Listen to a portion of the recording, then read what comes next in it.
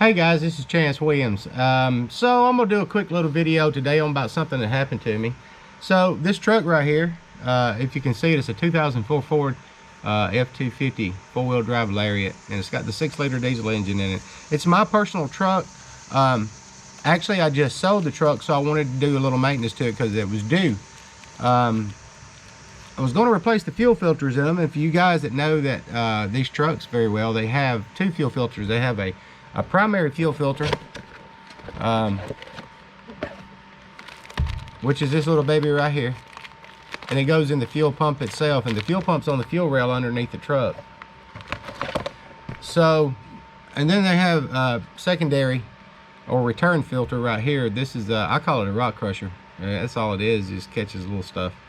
But anyway, I wanted to tell you about this. So here's the illustration for those of you who's never done one of these. So you got your oil filter housing right next to it, which is this one right here, and then you have your fuel filter housing, then you have your filter, your stud return, or your plastic piece right here, if you want to call it that. But it's supposed to spring up and down every time. As soon as you put this filter on, it locks in place and pushes it down and allows the filter bowl to fill up. And of course you have your O-ring and your cap.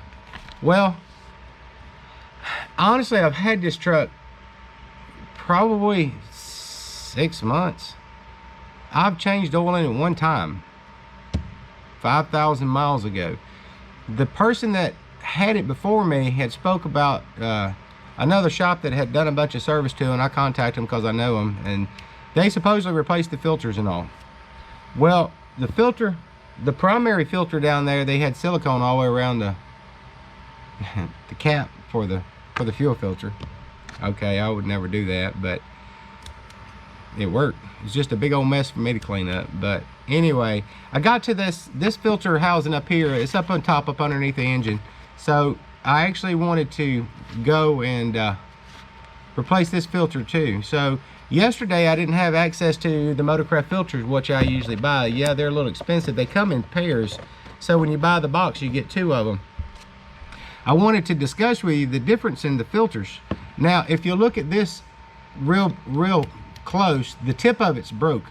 So if you can kind of gauge it by this and look at the very top of that one, what it is there's another piece that sets up on top of here with the O-ring on it, and it actually has little prindles, or whatever you want to call it. They actually supposed to go and lock into here. Now this filter is nothing like the factory filter. Matter of fact, I just replaced this because it was broken, and I didn't realize it was broken. I just pulled it off, put the filter in, and set it down in there, as most of you do. But I will be paying more attention to what my filters look like, which I usually do, but I was in a hurry. This one slides right in, and of course you push down on it and it allows fuel in the bowl to feed the injectors. So with that being said, this piece right here went right up into the factory filter, or factory OE replacement filter. But this new piece that I tried to put up in this filter right here, it didn't fit. And I should have caught it, but I was talking to somebody when I was doing it. It's no excuse, but when I put it in there, I thought it felt a little funny, but the cap screwed on there. But truck crunk up, it run a little rough, and I expected that. I didn't prime it right away. So when that happened, I jumped in it, started going home. When I started going home, it died on me. So I primed it, key on off several times, and I kept hearing all this air. I was like, man, that's ridiculous. Well, anyway, I turned around, went back to the shop, and found out that piece was broken. Well, here's the Ford part number right here. These things are getting a little hard to get. I'm just telling you guys out there that own the 6.0s, this is old. It's probably been in there since 2004.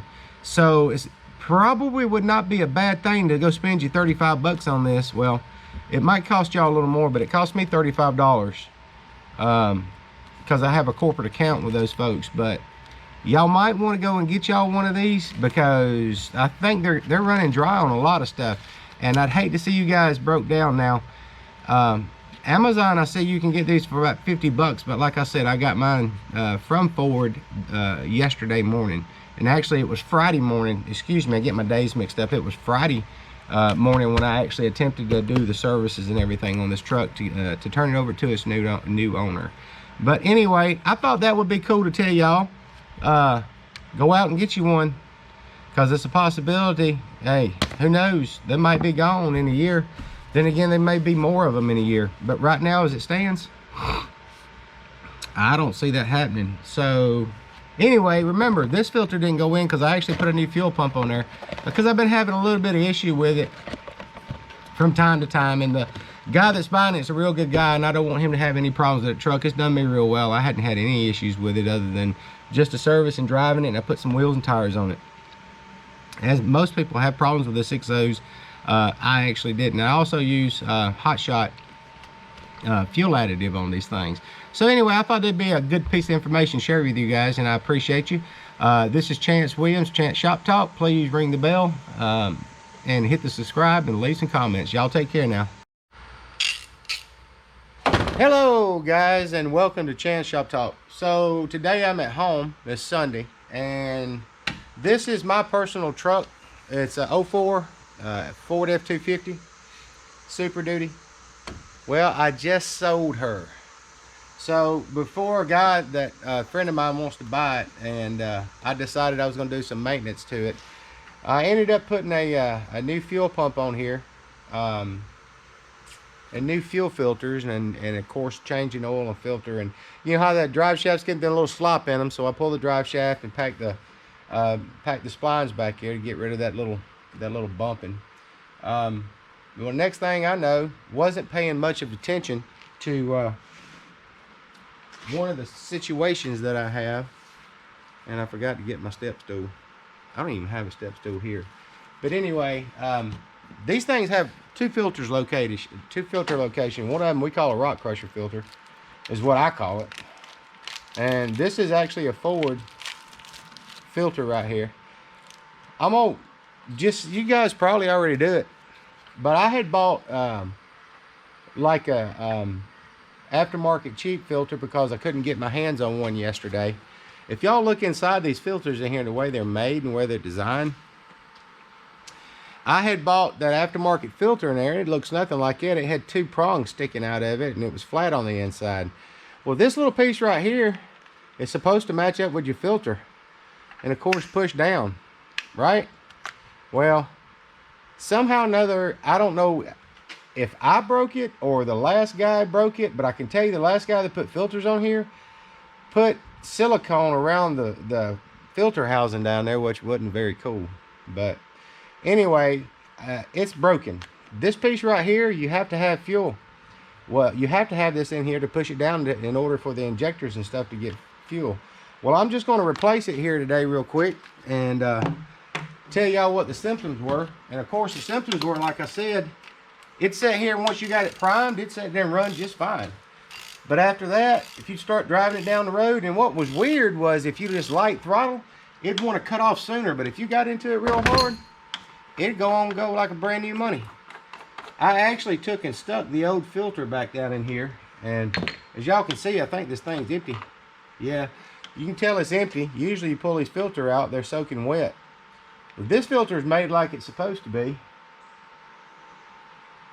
actually no, this one's actually flat on the inside. This is the one that was originally in there. But anyway, let's see if we can get up in here and get this piece out of here like it's supposed to be. So kind of overkilled it with tools today. I don't think I'm gonna need all these tools, but that's the piece we're gonna put in. It also comes with two new screws, and it comes with a new O-ring that goes on the very bottom of it. So, and I'm gonna give you the part number here in a minute too. They're running out of these things, guys. I don't know if y'all should run out and get one and put it up for a rainy day, but stuff out there is getting harder and harder and harder and harder to get. The O-ring is still stuck to the base of this thing. There's the remnants of it. I actually pulled it out of the other filter that I put it on. Y'all can see that. Like I said, these pieces right here are becoming harder and harder to get. So if I were you guys, I'd probably go out and get one, especially if you own a 6.0, as old as they are. And we'll go ahead and get this thing installed with the new bolts and get her fired up. Put some new bolts back in it. Get my bolt out of here. And I hope that was my old one that fell, and it wasn't. It was a new one. Well, thank goodness it didn't hurt anything. Alrighty. Yeah. And I'll tell you, aftermarket filters, they just don't fit right. This is a Ford filter, and it fits well. See how that don't want to go up in there? Pretty sure this is what cracked the filter. I guarantee you. Put this one, it just pops up in there, pulls out. This one doesn't even want to fit. Well, there's a big difference between aftermarket filters and non-aftermarket. I mean, in factory filters. Just showed you that. Now this cap has a new O-ring on it, guys. So I'm happy with that.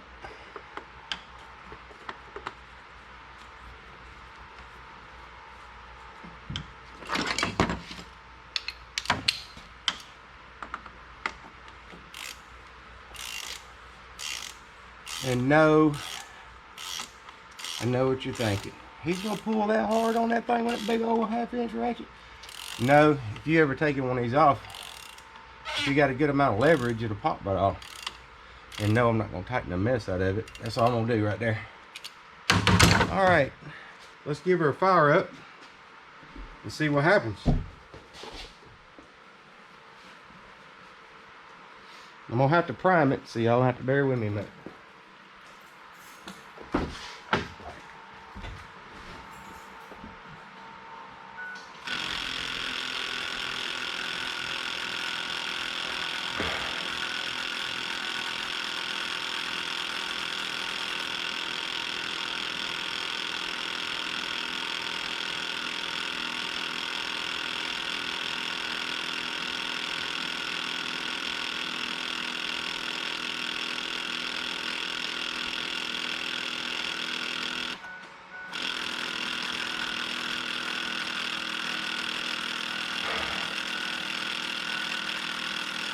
Put it through a few prime cycles, guys.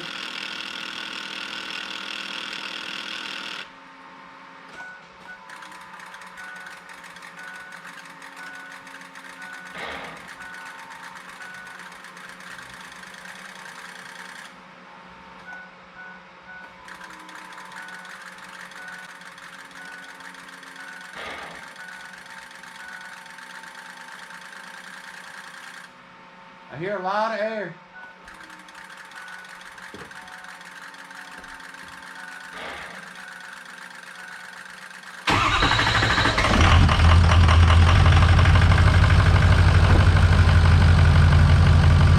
Problem solved.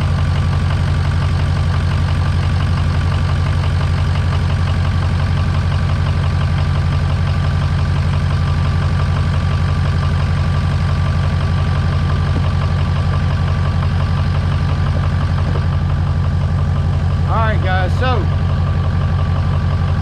this is an aftermarket filter. I didn't install it. I ain't had this truck a year. For some reason or other, aftermarket filter, this slides down in there real easy. But the Ford don't want to go in there. So I had to replace this piece because it's actually tips broken off of it and the O-ring's gone.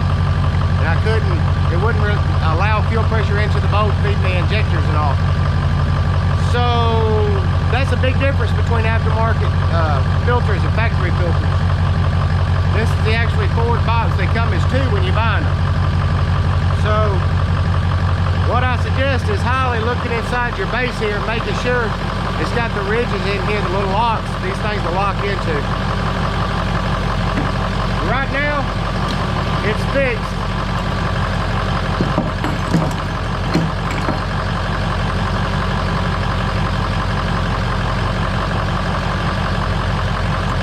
Here's the part number. It'll be in the description. Ford fuel filter housing.